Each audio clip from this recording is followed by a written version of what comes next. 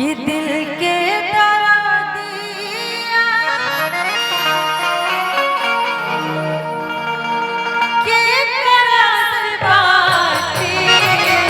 प्यार करके पूछेला कौन जाती प्यार करके पूछेला कौन जाती प्यार करके पूछेला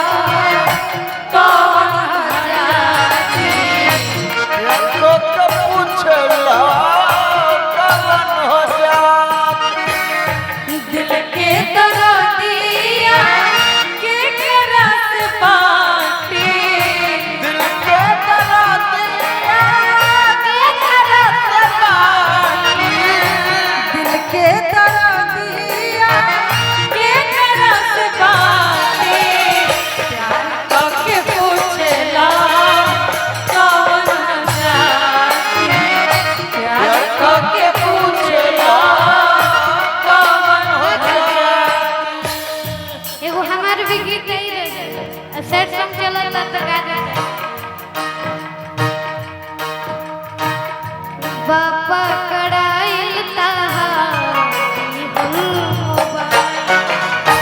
बापा कड़ाइल मम्मी के हाथ बोले मम्मी के हाथ बोले बाने हम पिटाई बापा कड़ाइल बापा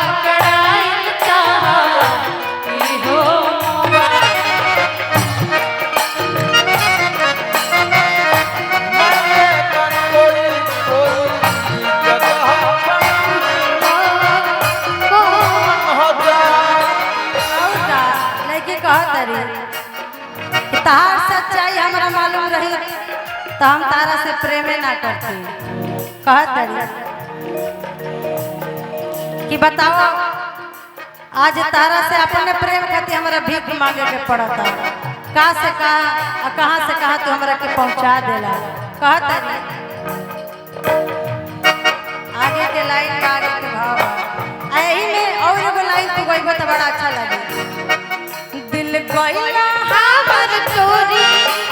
जाता रो तू छोड़ी हमर तोरी जाता रो तू छोड़ी दिल गइला हमर तोरी अब जाता रो तू छोड़ी तारा प्यार में हमर दिलवा पागल है वाला बा तारा प्यार में हमर दिलवा पागल है वाला बा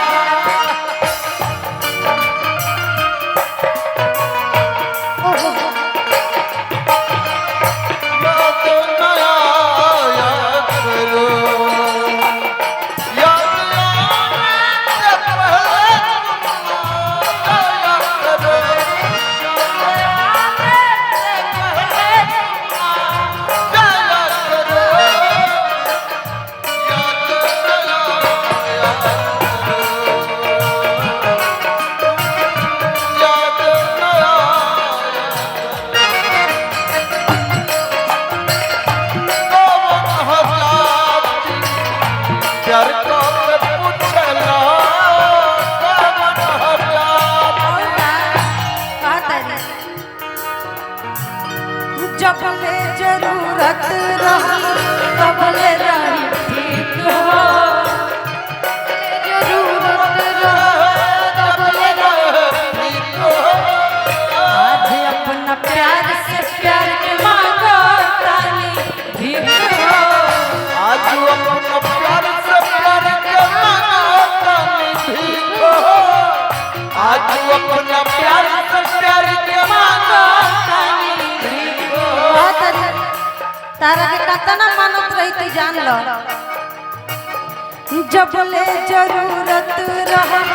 तब ले रही ठीक हो जब ले जरूरत रहे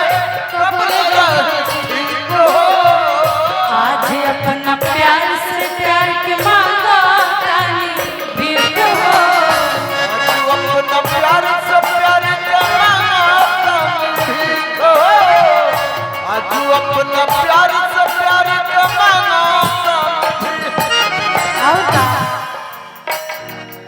तहरा ला पूछी ना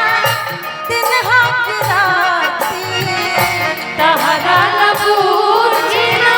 दिन हो कि राती तहरा ला पूछी ना दिन हो कि राती प्यार करके पूछला कौन हंसाती प्यार करके पूछला कौन हंसाती। खैर दीदी के एक और गाना रहे राधा ना कइले रहती प्यार, लेकिन उनमें के सबसे अच्छा लाइन हमरा लागेला प्रेमवे के पावे खाती माहुर भी खइली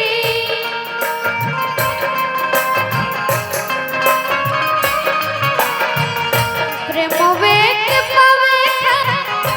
माहुर भी खइली मोहल के रानी दीवानी हो गई मोहल्ला की रानी दीवानी हो गई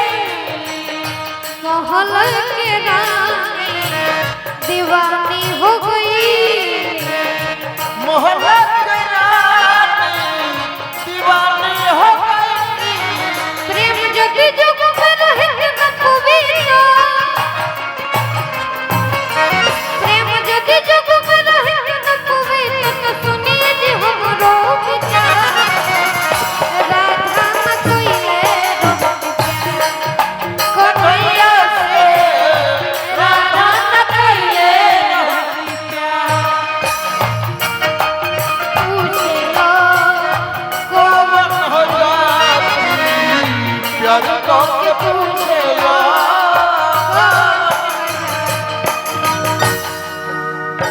इतना सुंदर भाव तू छेड़ला बाकी हम कहल चाहत कि जे भी प्रेम कइले बा सबके सतावल गइल बा यही से हम कहब केहू के